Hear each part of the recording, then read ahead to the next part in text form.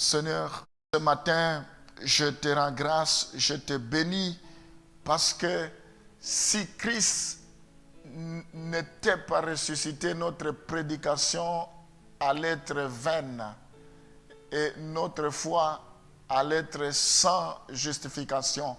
Je te bénis parce que aujourd'hui, la prédication de la croix est une folie pour ceux qui périssent, mais elle est une puissance pour nous qui sommes sauvés. Aujourd'hui, le christianisme est basé sur ta résurrection. Tu es mort, tu es ressuscité, le tombeau est vide. Voilà pourquoi nous te disons merci, parce que c'est un sujet de joie, c'est un sujet de glorification pour nous qui sommes tes enfants. Merci parce que tu as tout accompli sur la croix. Je te rends grâce, je te bénis pour cette semaine pascale. Je te rends grâce pour tout ce que tu as accompli pendant cette période de Pâques. Reçois la gloire, sois béni à jamais. Au nom de Jésus, nous t'avons ainsi prié. Amen. Alléluia. Que Dieu soit loué. Merci Seigneur. Nous allons continuer. Nous voyons que Jésus-Christ, on a fait de lui le chef de l'Église, qui est son corps. Dans Ephésiens chapitre 1, le verset 22 à 23. Donc, celui étant ressuscité, il est devenu le chef de l'Église. C'est lui l'époux. Nous sommes l'épouse. L'Église doit être sans tache ni ride. Ephésiens chapitre 1, le verset 22 à 23. Il a tout mis sous ses pieds et il l'a donné pour chef suprême à l'Église, qui est son corps, la plénitude de celui qui remplit tout en tous. Celui qui est la tête, nous sommes le corps. Donc, nous voyons que son Église doit être sans tache, ni ride, ni quelque chose de semblable. C'est lui qui règne. Donc, nous devons savoir que nous sommes ressuscités avec Christ et nous siégeons avec lui dans le monde céleste. Ephésiens chapitre 2, le verset 6.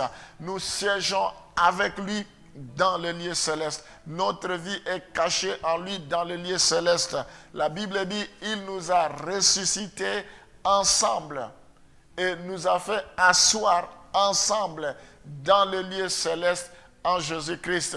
Ta vie est cachée en Jésus-Christ. Pour que quelqu'un te détruise, il faut qu'il détruise d'abord Jésus.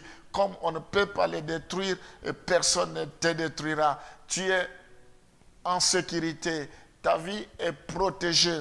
Ta vie est mise à part. Celui qui te touche, c'est comme quelqu'un qui met son doigt dans les prunelles des yeux de Dieu. Dieu ne permettra jamais. Voilà pourquoi, parce que l'Église est unie au Seigneur, est unie au ressuscité.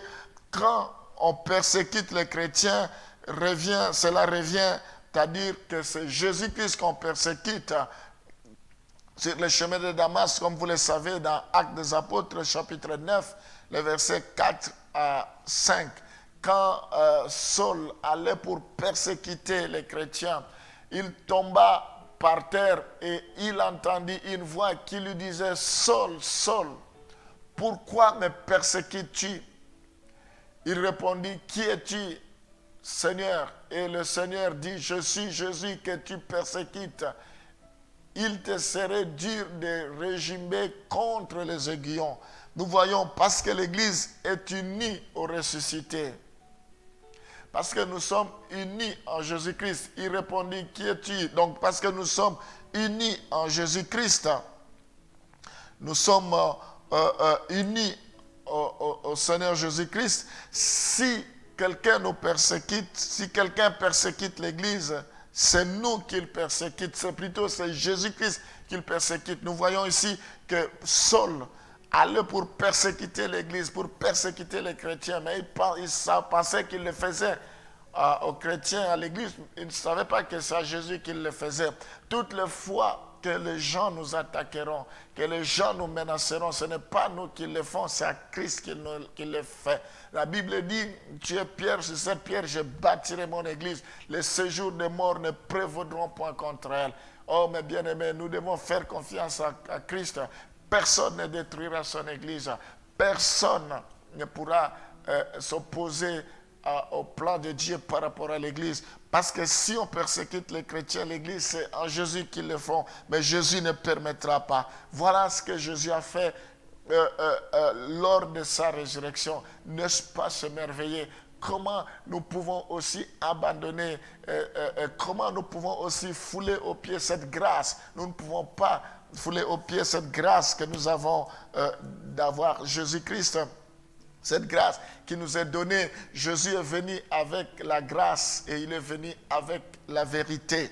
Gloire au Seigneur. Donc, nous allons continuer toujours avec les répercussions, les implications ou les effets de la résurrection de Jésus dans nos vies. Nous voyons dans Romains chapitre 4, le verset 24 à 25, nous voyons que la résurrection de Jésus-Christ sert de garant à la justification des croyants devant Dieu. Romains chapitre 4, le verset 24 à 25.